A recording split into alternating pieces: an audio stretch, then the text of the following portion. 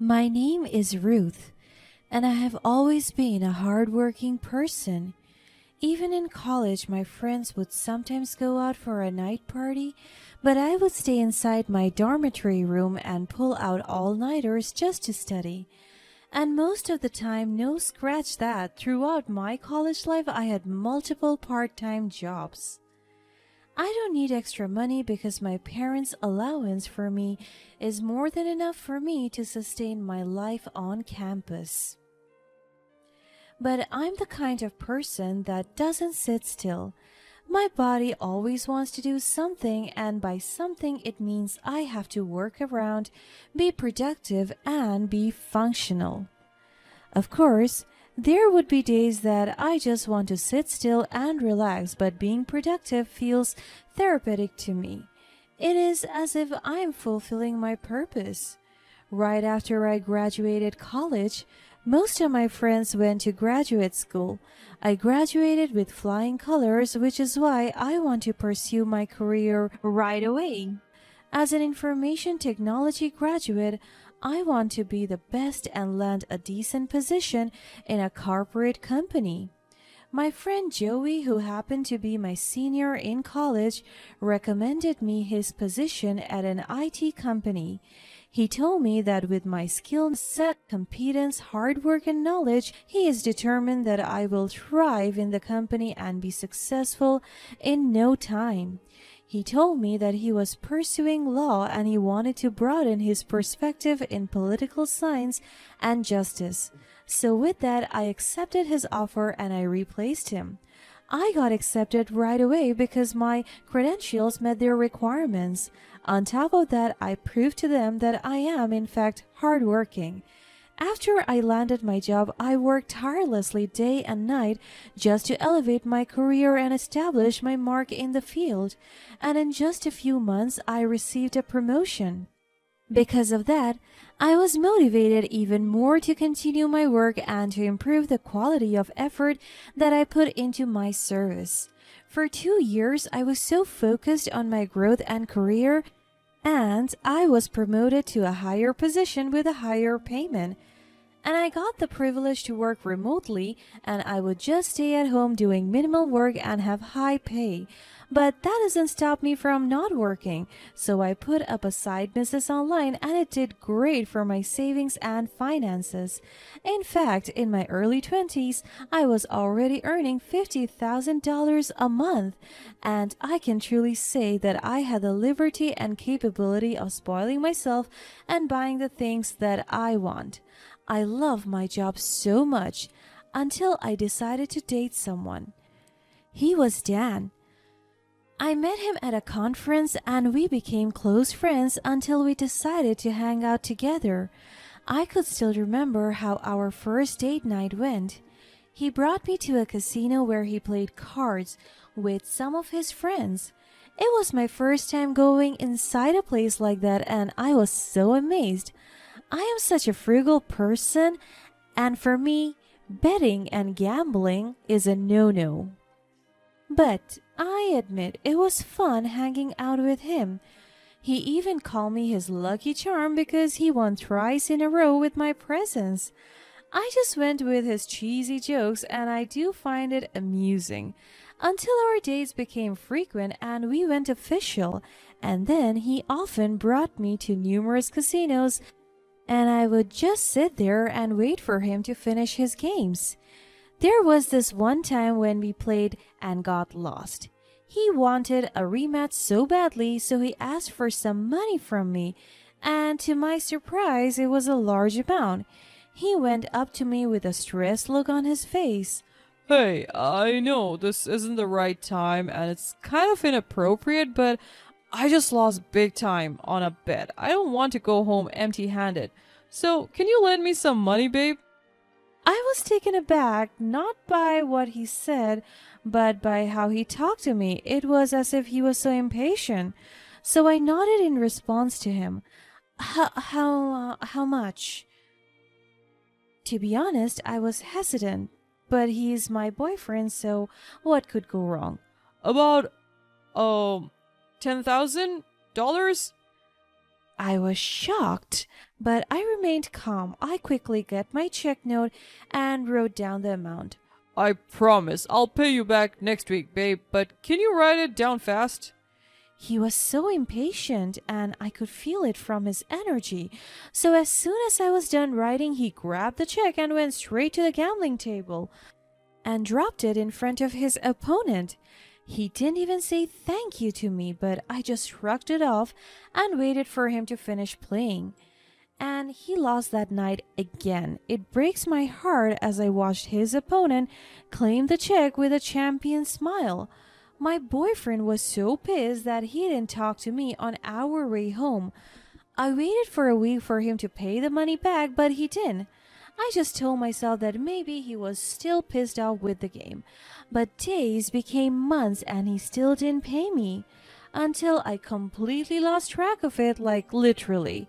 So fast forward, after 2 years of dating, he finally pulls out the ring and proposed to me. I accepted it and we got married after 6 months.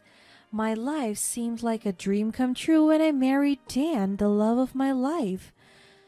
I have a stable income. Dan and I seemed happy, and everything felt perfect. We both had big dreams, and we promised to support each other in every possible way. But as time went on, things began to change. Aside from his constant gambling in the casino, and by constant I mean every night, he also became distant, spending late nights out with his friends, often coming home drunk and irritable. I tried to be patient, thinking it was just work-related stress, but deep down I knew something wasn't right. He would always nag at me, telling me that my online job is a waste of time because it would be better that I will work in a physical office. He also told me that I have a low income when in fact he doesn't even know my real net worth. But then again, my suspicions grew as I saw him frequently stressing over his gambling addiction. One day, as my husband was at work, I decided to clean his study, and I accidentally stumbled upon financial documents that shattered my world. It revealed that Dan had been hiding a massive debt, and to my horror, he had used my name on multiple loans without my knowledge. I was devastated and felt utterly betrayed. My hands were shaking rapidly as I found my name listed on 10 different debts and loans, and I have over 12 million in debt, including my house and car insurance, my land title, and the entire trust fund I prepared for our future kids. My entire body couldn't bear the revelation that was unfolding right before my eyes. I could feel my heartbeat going furious and my palms sweating, because aside from that, I saw a spare phone in his drawer. I have never seen this before. I opened it, and to my surprise, there was no passcode. I ran my fingers through the gallery and I saw photos of him and a woman that looked familiar to me. I met this girl at the casino. She was a gambler too. We had an interaction before when I used to go with him to the casino, and their photo was explicit. Some are snaps from their dates and random gamble runs. What is the meaning of this? Are they having an affair? How can Dan do this to me? I trusted him with all my life. I have always scolded him about his uncontrollable gambling, but he would just shrug everything that I say. So I decided to confront him, hoping for remorse, an apology, anything. Instead, he deflected the blame onto me, claiming I didn't understand his vision for our future. The moment he got home, my face was tense with emotion, and I immediately confronted Dan, who sits on the couch seemingly indifferent. Dan, I found out about the loans you took out in my name. How could you do this to me? I blurted out the main issue immediately. It was just a way to get some extra money, babe. I didn't think you would mind. Besides, it's for our future. My frustration grew and my voice was slowly rising. For our future? How can you call this our future? When you lied to me and used my name without my knowledge, you have put our entire life at risk. I didn't think you would find out, and it's not like it's a big deal. I'll pay it back eventually, and besides, what's there to lose? You have an online job anyway. Just make the most of it and pay for the balance. I'll take care of the rest. My eyes filled with tears, my hurt turning into desperation. Pay it back? Take care of the rest? You're not even making an effort to pay it back now. Instead, you're spending money recklessly, living a life of lies and deceit. Oh, don't be a nagger, woman. You're so loud and stupid. It's not like you'll be affected by it. You make good money online, right? You'll figure it out. Now, let's see if you're really rich. Prove it. My voice trembled with emotion as I spoke my mind. You're heartless, Dan. You don't care about me or the consequences of your actions. I trusted you, and you have shattered that trust.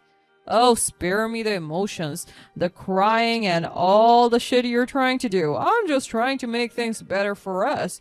It's just a small amount of money. If I win another gamble, then we'll pay for it. So shut your mouth up and do as I say. Pay the goddamn debt. You're not making anything better. You're destroying everything we had together. And what about Monica? I know about her too. Dan's face hardened, his frustration evident. That's none of your business. Monica has nothing to do with this. My bitterness shines through my words. She has everything to do with this. You cheated on me, and she's just another part of the mess you've created. Maybe if you were more supportive and didn't nag me all the time, I wouldn't have looked for someone else. My heart sank at his cruel words, as if a big rock was used to crush it. I am so devastated by his statements. You're blaming me for your actions? I deserve better than this, Dan. I deserve someone who respects and appreciates me. Shut up, damn. You're so annoying, nagging all the time and insisting your ugly face on me. Fine, have it your way. Maybe we should just end this. I can't deal with your nagging and drama. And look at you. You look horrible. You are nothing but trash. My determination strengthens, and my eyes filled with resolve. Maybe you're right. Maybe it's time to end this charade. But note this, Dan, I won't let you get away with what you have done. I'll take back control of my life, and you will face the consequences of your actions. He mocked me with a smile. Good luck with that, stupid girl. You'll see that life won't be so easy without me. I turned away, tears streaming down my face. I'll manage just fine, and one day you'll regret the day you ever underestimated me. It felt like a punch to the gut, realizing that he had been manipulating me and cheating me behind my back all along. But the next morning, everything changed. He treated me better. He tried to mend things with me by explaining to me everything. He told me that he won't leave me and we will face this together. Also, he told me that he will leave Monica behind and that he will choose me all over again. I didn't know what happened to me that day, but I accepted him back into my life again. Determined to salvage our marriage and believing that love could conquer all, I decided to work even harder. I threw myself into my job, working day and night just to make enough money to pay off his debts and save our home. But no matter how much I earned, it was not enough. Dan continued to spend recklessly, putting our future at risk. And then, like a predator sensing vulnerability, Monica entered our lives. I heard this from one of Dan's co-workers. He would always spend time with Monica in the casino. Even though Dan wanted to leave her alone, Monica still kept insisting on him. Monica saw Dan's extravagant spending at the casino and targeted him, promising him a life of luxury and ease. His head turned, and he fell into her web of deception, continuing their affair behind my back. The day I came home early to surprise him, I was the one who got the biggest shock. There was Monica lounging in my living room as if she owned the place, while Dan dared to hand me divorce papers. The humiliation was unbearable, and I felt like my world was collapsing. I thought we were doing fine. I thought we were fixing things. But I refused to be defeated. I couldn't let them destroy me. So, with the help of my lawyer friend, I devised a plan for revenge. It was time to take control of my life and show them the consequences of their actions. First, I transferred all the loans and debts to Dan's name, making sure he would bear the burden of his reckless choices. But this was just the beginning. Using my online skills and intelligence, I exposed their secrets to the world. I revealed their lies, their deceit, and their manipulations, letting the truth shine a light on their dark deeds. The fallout was swift and merciless. Dan was arrested and convicted for his fraudulent actions, facing the repercussion of his reckless decisions. Monica's wealth and power couldn't protect her from the humiliation she now faced. As I watched them suffer the consequences of their actions, I felt a sense of empowerment I hadn't known before. My revenge wasn't just about humiliating them, it was about reclaiming my life, my dignity, and my self-worth. Through the pain and heartache, I emerged stronger than ever. The ashes of my shattered marriage became the foundation for my new beginning. I had found my strength, my resilience, and my voice. The revenge I sought was not one of spite, but of justice. It was a testament to the power of standing up for oneself and refusing to be a victim. As they faced the humiliating consequences of their actions, I stepped into the future with my head held high, ready to build a better life for myself, one free from deceit and betrayal. As the dust settled and the truth about Dan and Monica's actions became widely known, I received an outpouring of support and encouragement from friends, family, and even strangers who had followed the unfolding drama. Their words of encouragement were like a balm to my wounded soul, and I realized that I wasn't alone in this journey of healing and empowerment. With the weight of Dan's debts lifted off my shoulders, I finally had the chance to breathe again and focus on my well-being. I channeled my energy into my online work, but this time with a newfound sense of purpose and determination. I thrived in my career, achieving even greater success than before, and my income soared beyond what I had ever imagined. But it wasn't just about financial success. I started sharing my story, hoping that it would inspire others who might be going through similar challenges. Through my blog and social media, I connected with people from all walks of life who had experienced betrayal, heartbreak, and financial struggles. Together, we formed a supportive community, lifting each other and celebrating our triumphs over adversity. As for Dan and Monica, they faced the consequences of their actions. Dan's time in jail was a humbling experience for him, and the world saw him for who he truly was. Monica's reputation took a severe hit, and she lost much of the respect and admiration she had once enjoyed within her social circles. However, despite their downfall, I chose to focus on my journey of healing and growth. I refused to be consumed by bitterness and anger, realizing that holding on to those negative emotions would only weigh me down. Instead, I forgave them, not for their sake, but for my peace of mind. In the process of rebuilding my life, I found love and support in unexpected places. I met new friends who became like family, and I even began dating again, cautiously opening my heart to the possibility of love once more. Throughout this journey, I never forgot the lessons I learned, the importance of self-worth, the power of resilience, and the strength of community. I realized that revenge, in the end, was not about causing pain to others, but about finding closure and moving forward.